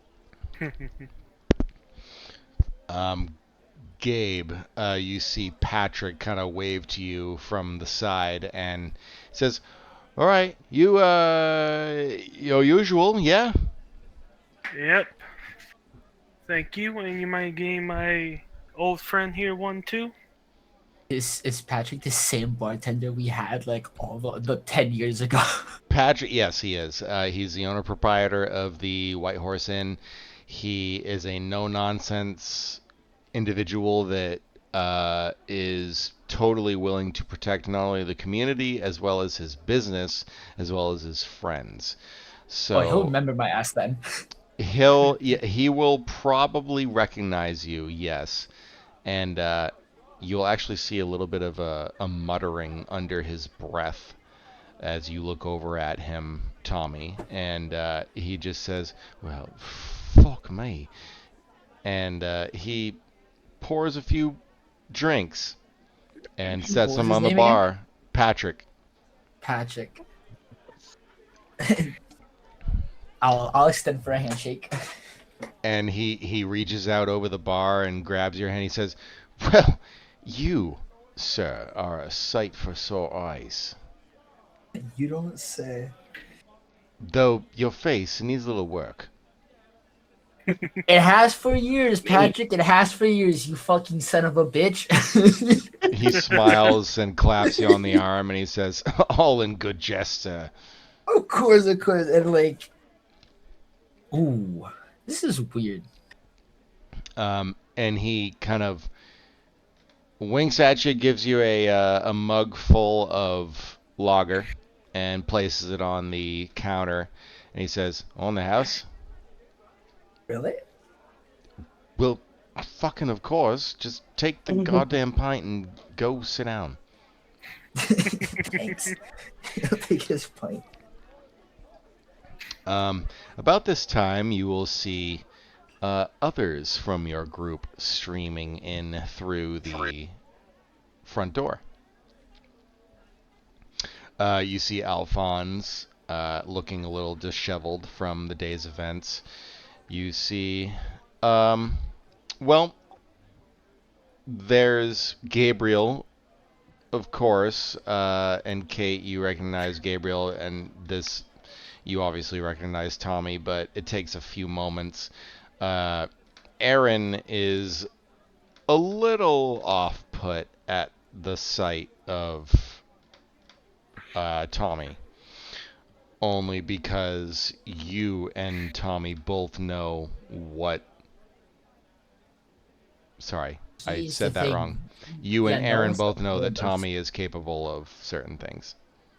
But wait, they're not supposed to.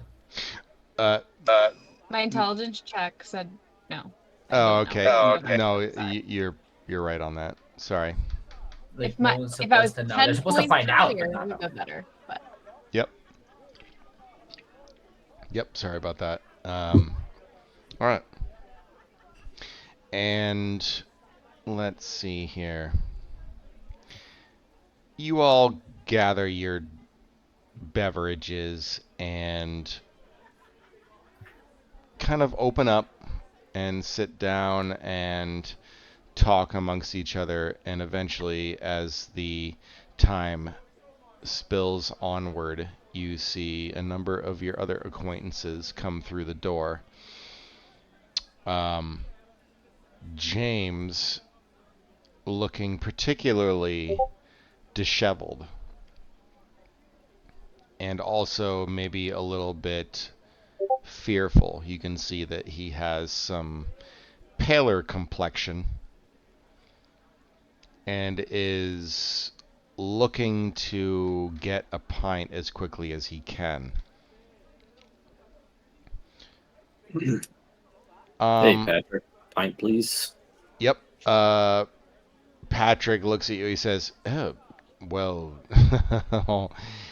you look a little worse for wear. Here's a, how about a shot on me?" I'll take a shot and a pint, please.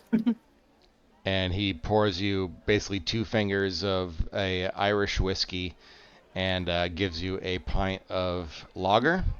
And he actually pours a double finger of whiskey for himself and takes the shot after clinking with you.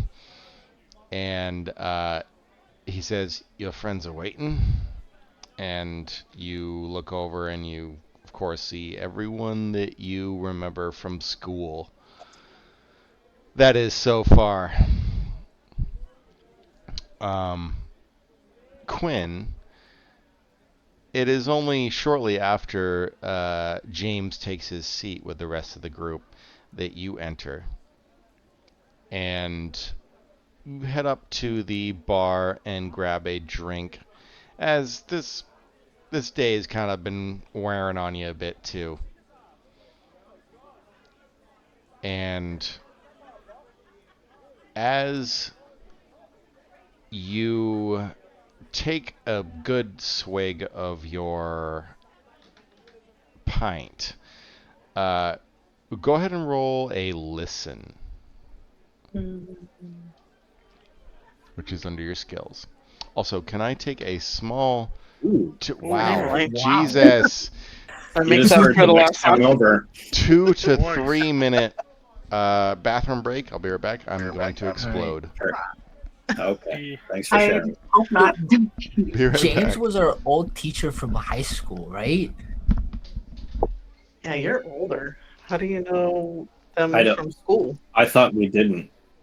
We established that you were like you worked IT in our school. The Yeah, first I time was we like met. I was a Hanging teacher out with at that students. point. No, it's a Yeah. teacher. Jesus. No, but now you are. You're quite literally hanging out with your own Peter, students. Fucking A. Might want to get some clarification from John on that one. Yeah, hang out with all the kids. You knew it, as soon as he said So I school, take I a was drag like, in my wait, cigarette. you're 40 and We're they're all all in our like late late 20s 20s. now, though. So, like, it's Were not you like a a TA? We're all consenting adults here. I know, some time has passed. Not during school, you weren't though, which is really creepy. You guys were always my favorites. Jesus Christ. Oh, when we went to my reunion, that girl Sarah was talking about how she went out to coffee with our old art teacher from high school. That would be fun. It would be. One of my old I would love to meet up with one of my old teachers LARP. at this point, like one in particular, but Yeah, my art teacher. That would be the only I've one. actually, I actually went out to drink with like two of my. Well, did I met out? I like coincidentally saw them at a bar. Nice. My math teacher and my French teacher from So high you school. had a drink with them. Yeah, The no, question is like were they movie I stars, had to carry my fucking math teacher to the French teacher's car because I drank them both under the table. Wow. Wow. though? Were they good teachers though?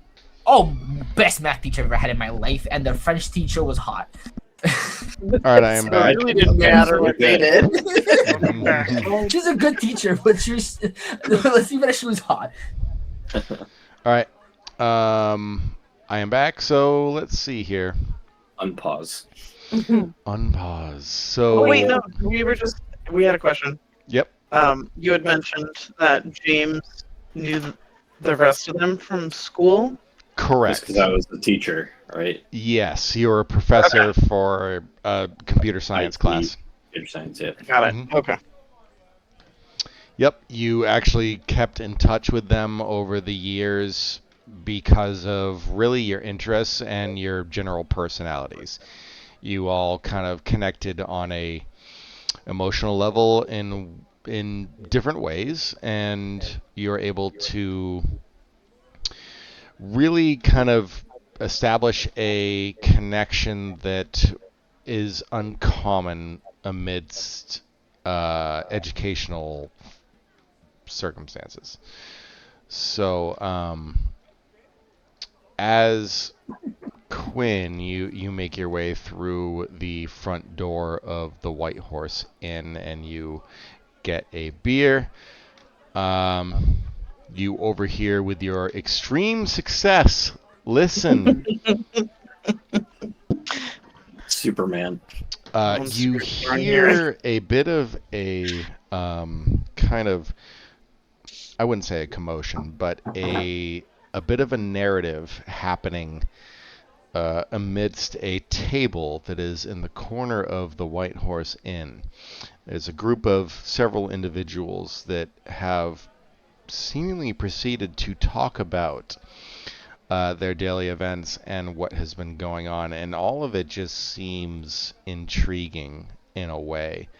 But the thing is, throughout your entire day, you've had moments where you thought you were so close to finding out the truth, and then it was just snatched away from you in the last moment. So, you're kind of just simply sitting by the bar, sipping your drink, listening, unless you want to press a little bit more. I will say the extreme success will play out in a bit more substantial of a way, if you'd like, if you'd like it to. I'm going to approach the corner table and introduce myself. Okay. And how would you do so? Jesus, like I would really. Yeah, Hey guys, what's up? that's how this game goes. Hi guys. My name's Quinn. I'm here by myself. Do you mind if I join you? I don't mind. Thanks. Kate's like, Appreciate it. Aaron It's been a looks long at day, you. and you guys just seemed like a nice group of people that would welcome a newbie. This little short, blonde-haired guy with a trench coat. He's sipping a pint. He looks at you, says, "All right, a bit forward, are we? Well, welcome to our table. There's, well, you seem like that's just that kind of nosy type, if you don't mind me saying. Is there something you're looking for?" Well, to be perfectly honest, I've been working on a story about the recent events in Penley. I don't know if you guys have heard about it or if you know anything. I was just driving down the road and got turned around by a police barricade. So, and the weather's not helping anything. So I don't know if you guys knew what was going on. I don't know, but the animals have been acting up. Uh, um, What? yeah. What'd you say, Z? Sorry, and then we'll go I to don't know, but Tristan. animals have been acting up. Oh, How so? Well, for one, the office was entirely busy today with all the animals extremely agitated, anxiety, and on alert. That's um, weird. I haven't heard that. as you're conversing, Kate, you're kind of uh, Aaron is kind of whispering to you. He says, "Are you sure we? She seems like the press. Do you think we should be talking to them?" I mean, she looks over at Gabriel. I don't know. Can Gabriel's Gabriel very hear us in clearly this in room? uniform. Nobody likes me. Hey, Gabriel probably just saying that I'm not really allowed to talk with that about that. Sorry. Yeah, I don't think any of us are allowed to say anything. If we Um, do know anything, I don't know, because like, do we Am even I know sitting in this group? much about the yes, blockade? you are. Okay. You've kind of come into the conversation, and they were talking about Penley immediately. And as they mentioned the name Penley, you just feel the blood drain from your face and from your. It feels like you've gone cold. You're Okay. remembering that moment where you first plugged in the flash drive and opened up that MP4 file and saw what truly unfolded. All right. I'd like to get up from the table and ask Quinn if I could buy her a drink. Okay. I'm a psychologist. Do I notice anything weird? Roll me a psychology.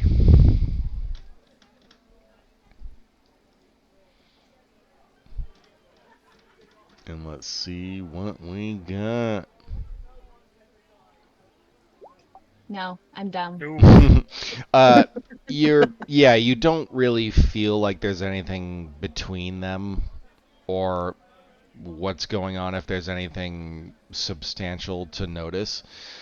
It's just kind of maybe friendly, if you will. A new person meeting another person, and just simply being gentlemanly. Okay. And Yeah. so you offered to Quinn if they would like a drink. Yeah. Walk with me. I'll buy you a drink. Come up with me. Excellent. Thank you very much.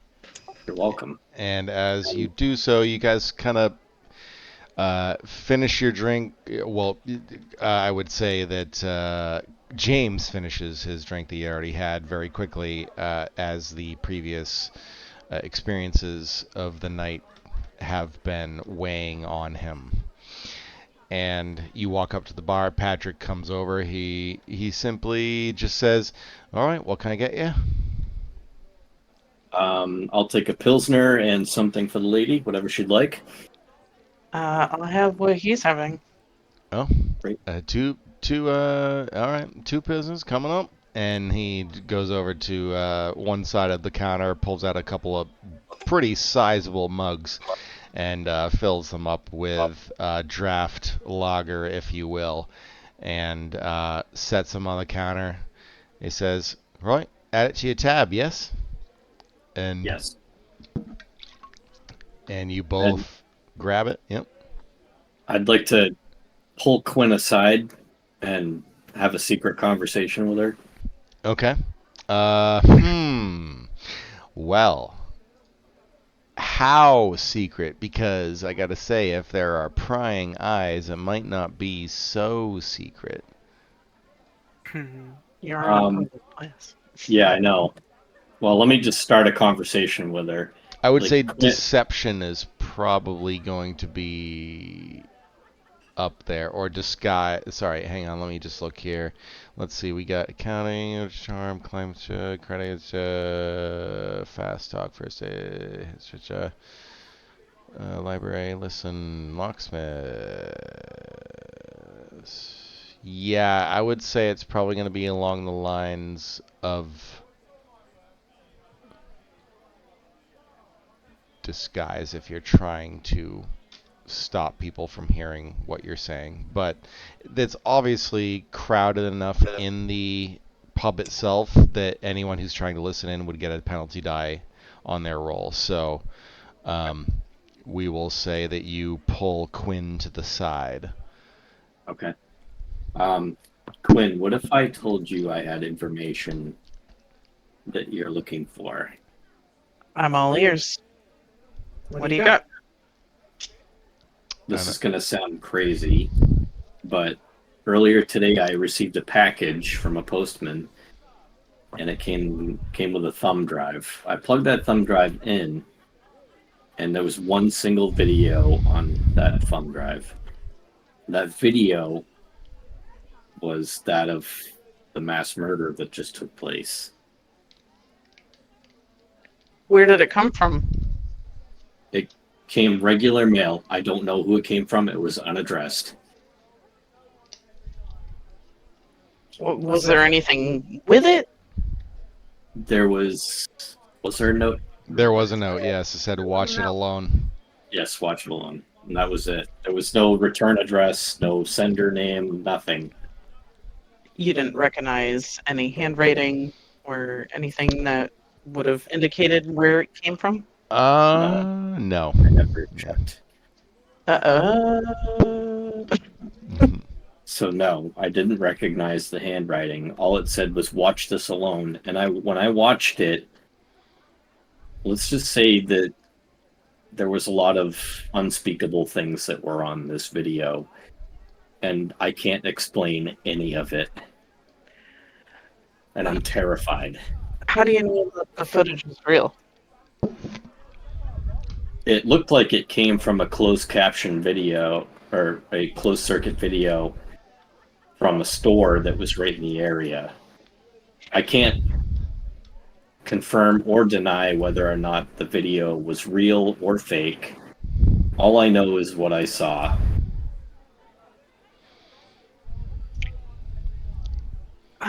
And you can see the conviction in his eyes, like just kind of a little bit of a pale complexion to his skin, and even some jitters, maybe taking a drink or two more often than he should. Just kind of, he looks to be telling the truth. His body language tells the truth. My hands are shaking. Mm-hmm. Has anyone else seen this footage? No.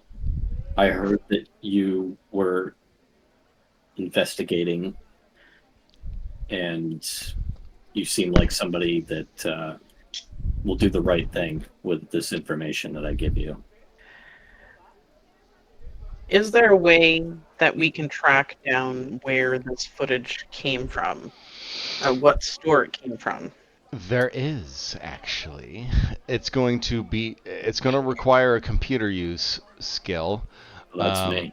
Yep, but that will be at another time, as your conversation is quickly interrupted by almost a breath of silence that comes about the patrons in the pub. And you hear almost what sounds like maybe a neighing, like a horse. And you hear this sort of thundering footsteps outside, and you see a number of patrons actually get up from their tables and head out through the front door to see what's going on. And as you do, you all... Well, let me get some weather effects, but also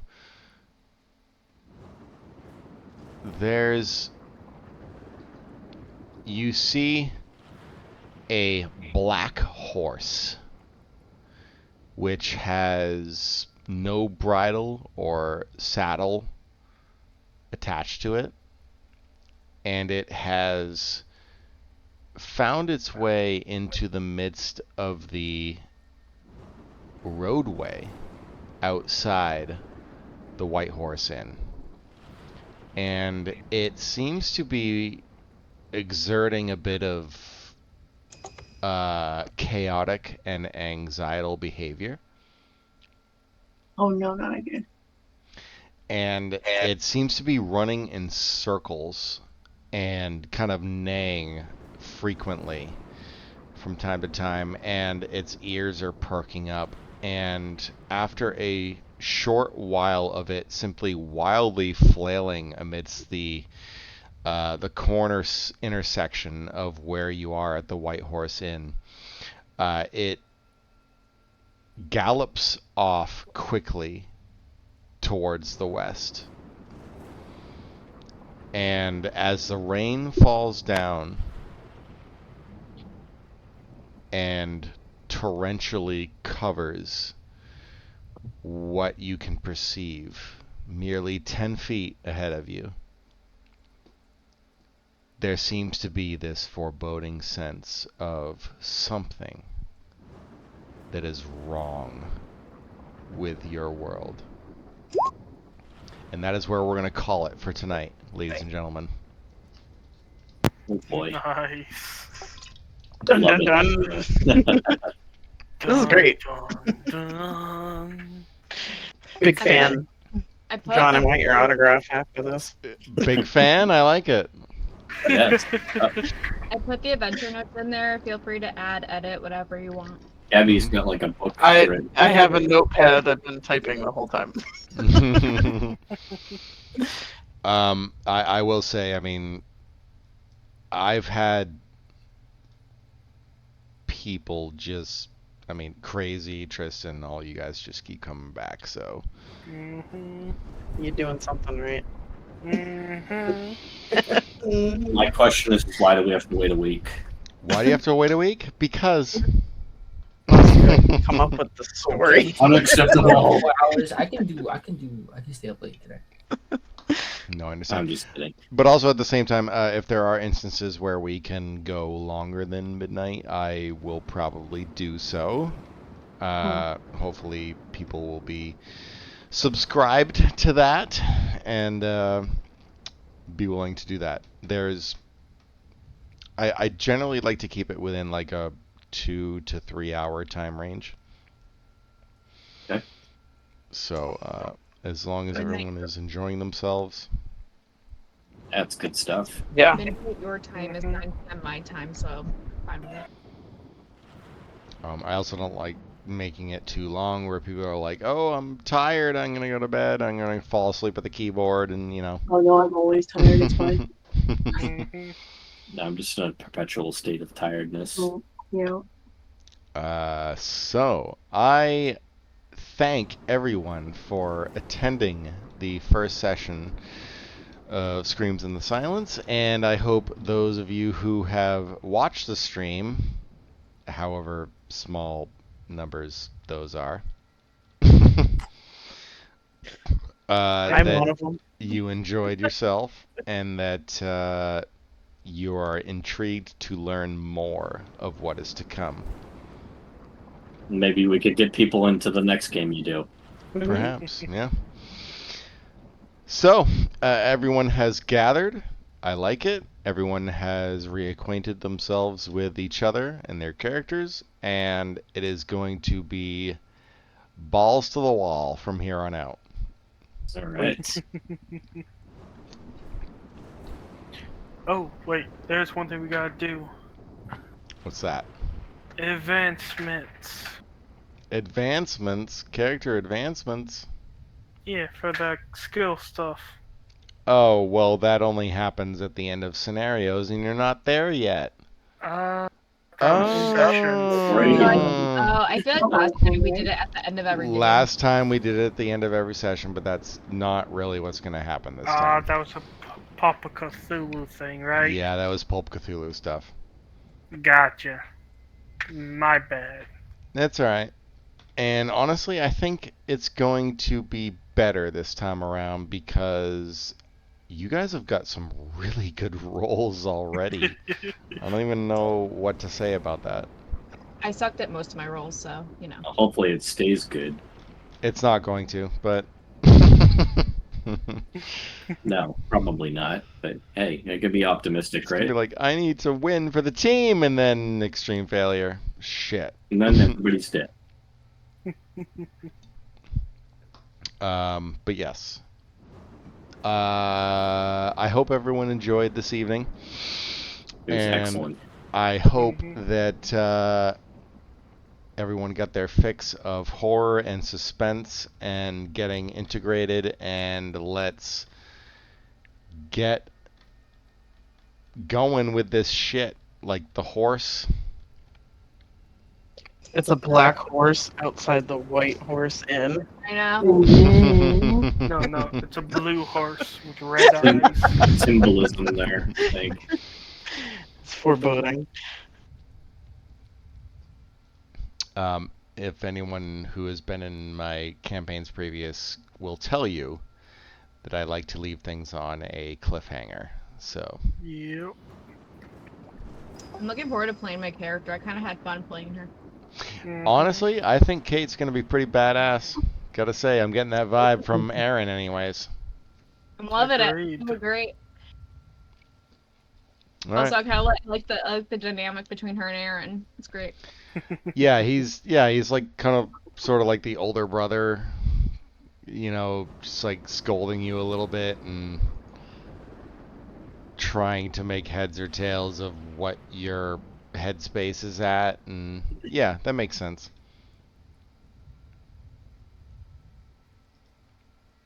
Don't kill him off. I'm not gonna kill Aaron, at least until I have to. not yet. Until I have to. Not till he has to. Not Hey, till you fall in love. so for the record, this past game, I mean,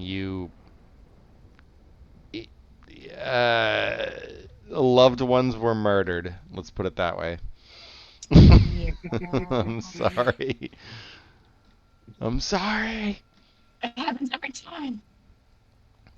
I don't know if it's a subconscious thing. You just don't want my characters to ever be in a like You're not allowed to be happy. I can never live happily ever after. Oh man. All right. So, yes, that is the end of tonight's session. We will pick it up next week on Friday, 10 p.m. Those of you who tuned into the session on Twitch, please come back. I mean, there's no real reason why you shouldn't. Tune in next week. You got people on Twitch. Dragula? Yeah, we need to work on a catchphrase for you, John. I guess so. Figure Huh? it out. Yeah. Hey, kids. Nope, not on the fly. No, That's no. weird. This is Let how me people work get, on this is something people for ya. get canceled. Hey, kids, you like violence? Hey, kids, you want some violence? No. This is Must be in a how we. perpetual state of unfairness and unhappiness and despair. This is how we I met like, that's James. in the right vein. I'll Mr. make a Kaufman balloon was like- animal of a guillotine cutting off someone's head. Sorry. This is how we met Mr. was Kaufman. good. Like, hey kids, you like computers? Hey, kids, you like computers? You want to help me overtake the government by ethical hacking? That's my catchphrase. Oh, man. All right. Okay, recording's ending.